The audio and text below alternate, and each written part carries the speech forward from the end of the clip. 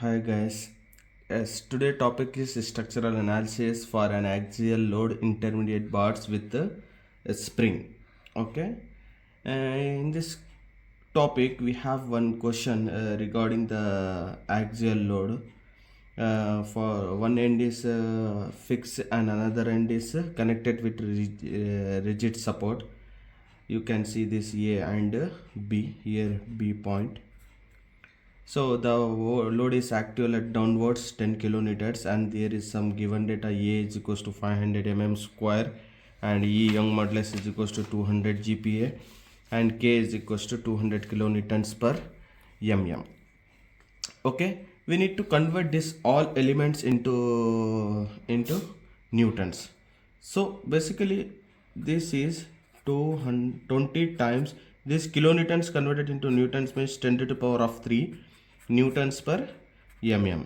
So we get this one, and P also we have P, this load is equals to 10 kilonewtons. If we take in newtons, 10 into 10 to the power of 3 newtons. If you take the kilonewtons, you can use 10 kilonewtons, otherwise 10 times 10 to the power of 3 newtons.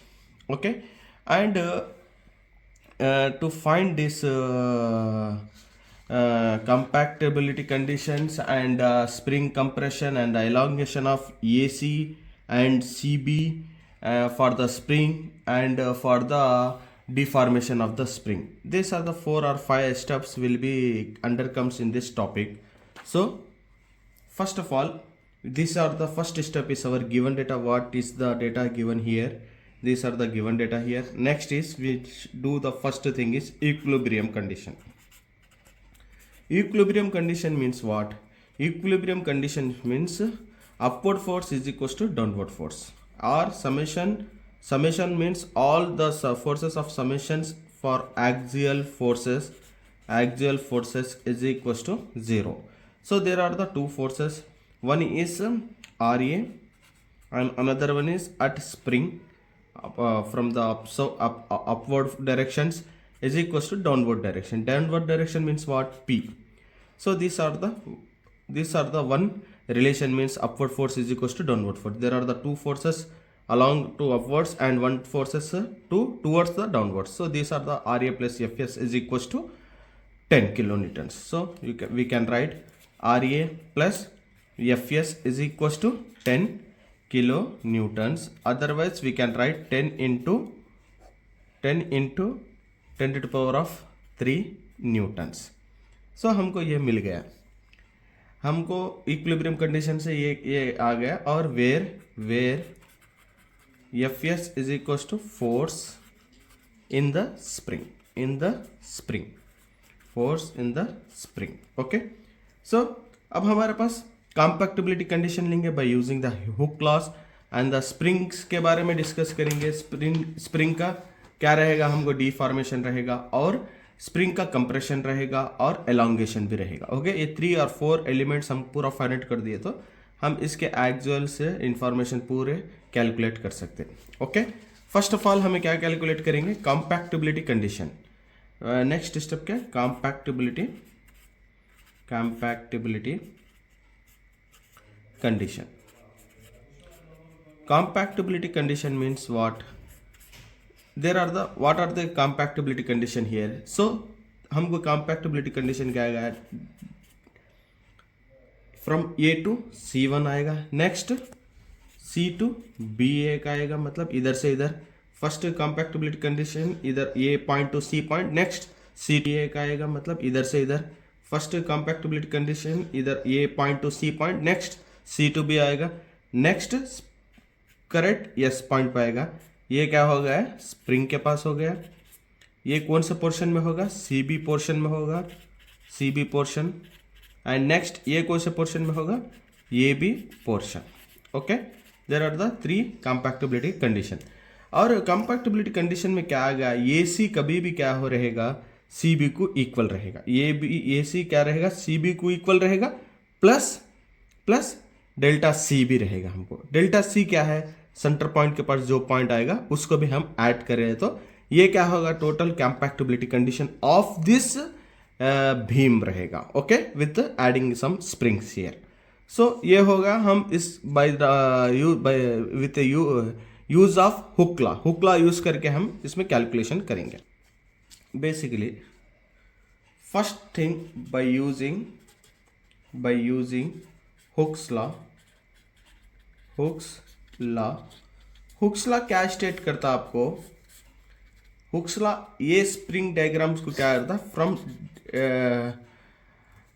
कॉम्पैक्टिबिलिटी from portion A to C क्या आएगा, load into perpendicular distance by A.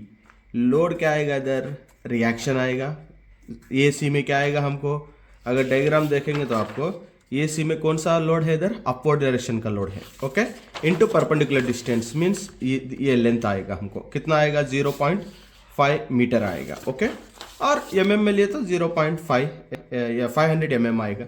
Means R A times L divided by A into E, area and Young modulus. Okay, so R A length कितना है 500 mm है, divided by area कितना है 500 है, times और next young modulus कितना दिया हमको 200 into 10⁻³ 500 cancel, reaction at A point divided by 200 times 10⁻³ consider as it is equation number 1. Okay, ये सी होगा. नेक्स्ट क्या आएगा सी बी में क्या आएगा, अनदर रिएक्शन आएगा. अनदर रिएक्शन मीन्स ये पॉइंट ये होगा हमको. नेक्स्ट क्या है पॉइंट बी मतलब क्या आएगा हमको, पॉइंट बी आर ए, देखो R A plus F S is equal to P आएगा. पॉइंट बी मतलब ये मतलब क्या आएगा पी माइनस आर ए आ जाएगा.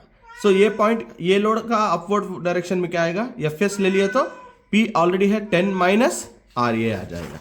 सो देयरफॉर इधर मैं क्या लिख रहा हूं 10 minus R A times into L कितना आएगा इधर, ये एल लेना. सी बी का एल कितना है 1 मीटर है. 1 metre means how much 1000 mm divided by area. Same formula, पहले आप एरिया लिख लो, area into E. So therefore 10 minus R A into 1000 divided by A means 500 times Young modulus E means 200 times 10⁻³. 5 1 जा 5 2 जा that is equal to, ये 2 से multiply करें तो क्या आता 2 10 जा 20 times 20 minus 2 R A divided by 200 times 10⁻³. Okay, this is consider as equation number 2. Okay, हमको पॉइंट ए सी का along portion A C portion होगा, सी बी पोर्शन होगा. अब नेक्स्ट क्या बचा हमारे पास, स्प्रिंग डिफॉर्मेशन बचा. स्प्रिंग डिफॉर्मेशन क्या आएगा, डेल्टा एस आएगा. स्प्रिंग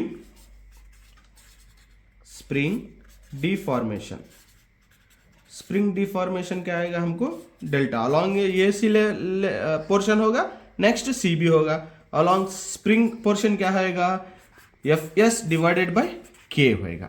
इसका फॉर्मूला क्या है, एफ एस डिवाइडेड बाय के. एफ एस क्या होगा, अदर बीम के साइड का अपवर्ड फोर्स डायरेक्शन है. इधर आर ए आएगा तो उधर एफ एस आएगा. एफ एस मीन्स क्या रहेगा हमको, सेम यही 10 माइनस आर ए. ये कहां से लिए हमें, by using the equilibrium conditions divided by as per the given data के value is how much 20 times 10⁻³. So consider as this is equation 3. Elongation हमको portion A C, portion C B and spring deformation, ये 3 आ गए हमको. अब इसका कॉम्पैक्टिबिलिटी condition क्या है, इसकी compactability condition as per the compactability condition is what, delta A C portion always C B portion को इक्वल रहेगा. बट एक कंडीशन क्या रहे तो स्प्रिंग का डिफॉर्मेशन भी ऐड करना पड़ेगा. हमारा ये क्या होगा, कंपैक्टिबिलिटी कंडीशन होगा. मींस ए सी का पोर्शन सी बी को रहेगा प्लस डिफॉर्मेशन ऑफ स्प्रिंग भी हमको ऐड करेगा. तो जब ये इक्विलिब्रियम कंडीशन आएगा कंपैक्टिबिलिटी कंडीशन के लिए. ओके, सो नेक्स्ट है स्प्रिंग फोर्सेस फाइंड आउट करेंगे हम. अब by using this equation delta A C is equal to C B plus spring deformation लिए तो एज इक्वेशन 1 में से डेल्टा ए सी क्या आएगा हमको, R A divided by 200 times 10⁻³ is equal to delta C B क्या आएगा 20 माइनस 2 और A divided by 200 times 10⁻³ next plus spring का क्या आएगा 10 minus RA divided by 20 into 10⁻³ so all values substitute कर दिए हमको। इसमें अननोन वैल्यू ओनली RA है। बाय यूजिंग इंजीनियरिंग कैलकुलेटर करें तो हमको क्या आ जाएगा न्यूटन्स में आएगा। क्यों बोले तो हमें पूरे वैल्यूज न्यूटन्स में डाले, किलो न्यूटन से न्यूटन्स में कन्वर्ट करें। RA अपवर्ड फोर्सेस भी हमको न्यूटन्स में आया था। हम इसको बाय यूजिंग कैलकुलेटर यूज करें तो हमको इसमें वैल्यू आ जाएगी। सो कैलकुलेटर यूज करें तो RA वैल्यू कैलकुलेटर में अल्फा कमांड यूज करो तो हमको वैल्यू आ गई। Reaction is equal to how much 9.230 आ गई हमको 9.230। ओके, अब हमको रिएक्शंस आ गया। नेक्स्ट और एक क्या ना स्प्रिंग फोर्स आना हमको। स्प्रिंग फोर्स कैसा लेते हैं हमें स्प्रिंग फोर्स आके बाय यूजिंग इक्विलिब्रियम कंडीशंस क्या आएगी RA प्लस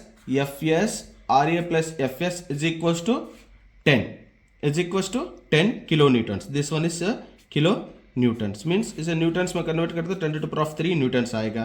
तो FS है आपके पास, सो क्या होएगा 10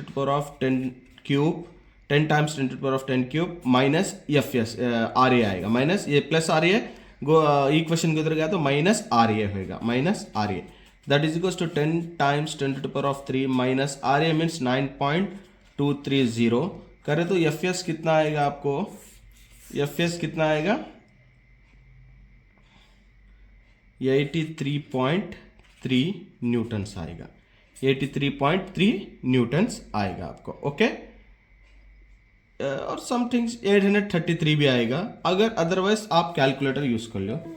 कैलकुलेटर यूज करो तो क्या आएगा आपको 10 टाइम्स 10⁻³ माइनस 9.230 यस 230 तो आपको स्प्रिंग आ जाएगा नियरली 833 आएगा, नियरली 833 न्यूटन्स आएगा। अदरवाइज आप क्रॉस चेक कर लो, एक बार कैलकुलेटर में क्रॉस चेक कर लो। ओके, क्यों बोले तो हम न्यूटन्स में कन्वर्ट करें, समटाइम्स कंफ्यूज हो जा सकते हैं 10⁻³ से मल्टीपल करना या नहीं करना। अगर एक्यूरेट देख ले तो आप एक्यूरेट वैल्यू देख ले तो यही वैल्यू ले ले 10 टाइम्स 10⁻³ करें तो कितना आएगी वैल्यू आपको, कैलकुलेटर में करें 9990 आएगी आपको, 9990.7 न्यूटन्स आया। ओके, किलो न्यूटन्स में कन्वर्ट कर तो 9.990 किलो न्यूटन्स। आप न्यूटन्स भी यूज कर सकते हैं, किलो न्यूटन्स भी यूज कर सकते हैं, एज पर आपको रिक्वायरमेंट के हिसाब से आप ले सकते हैं। ओके, स्प्रिंग फोर्स आ गया हमारे पास, रिएक्शन आ गया। अब क्या है हमारे पास स्प्रिंग कंप्रेशन है। स्प्रिंग कंप्रेशन के बाद एलोंगेशन AC है, एलोंगेशन CB है, तो हमको पूरा डिजाइन हो जाएगा ये भीम का। फर्स्ट हमें क्या करेंगे स्प्रिंग कंप्रेशन करेंगे। नेक्स्ट वन है हमारे पास स्प्रिंग कंप्रेशन। देखो हमें सम क्वेश्चंस में स्प्रिंग कंप्रेशन करो बोलेगा, सम एलोंगेशन बोलेगा, elongation of portion AC, elongation of portion CB बोलेगा, हम पूरा डिजाइन कर दे रहे हैं। ओके, स्प्रिंग कंप्रेशन में क्या आएगा delta S is equal to FS times perpendicular distance divided by K।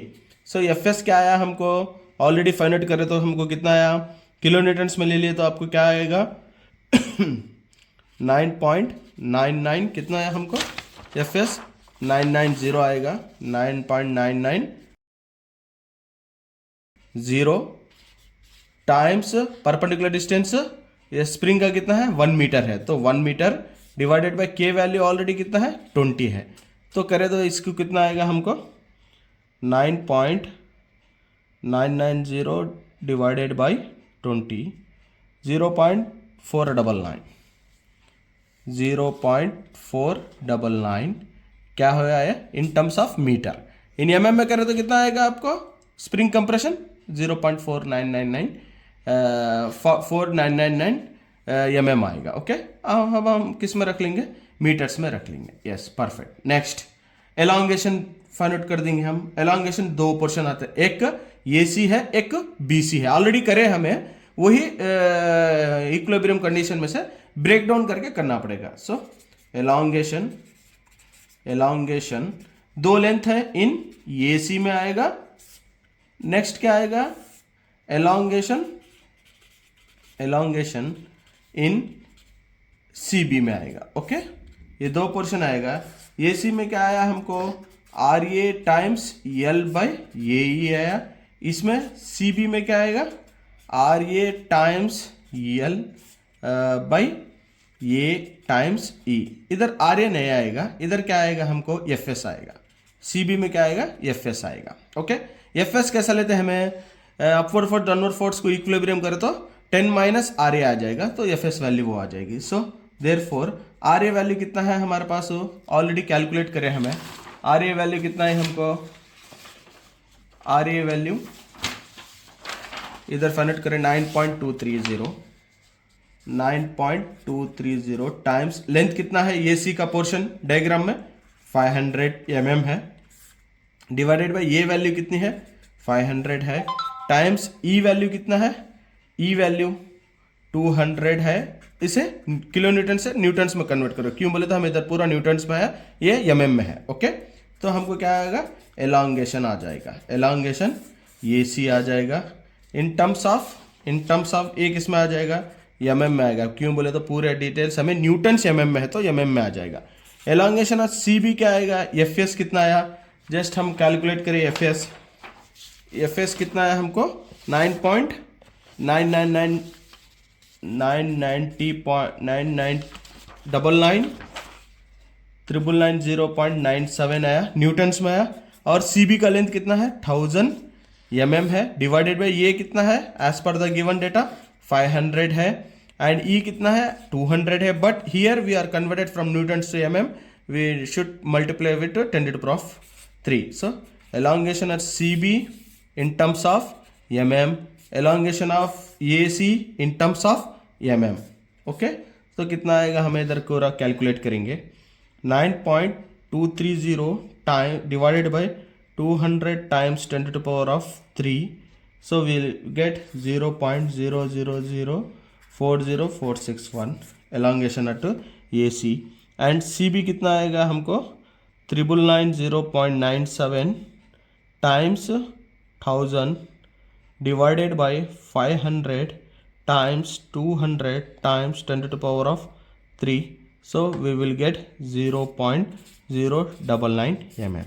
okay, these are the elongation and these are the compression, elongation at different span, compression and all equilibrium forces भी already find out कर दिए, RA RC, each and every item हमें इसमें design कर दिए। Question में कुछ भी पूछा आप वो हिसाब से कर सकते हैं। आपको किस में टॉपिक क्या रहेगी, हमको स्ट्रक्चरल एनालिसिस करना, हमको स्ट्रक्चरल एनालिसिस करना for axial loaded intermediate bars के लिए विथ हैविंग ए स्प्रिंग।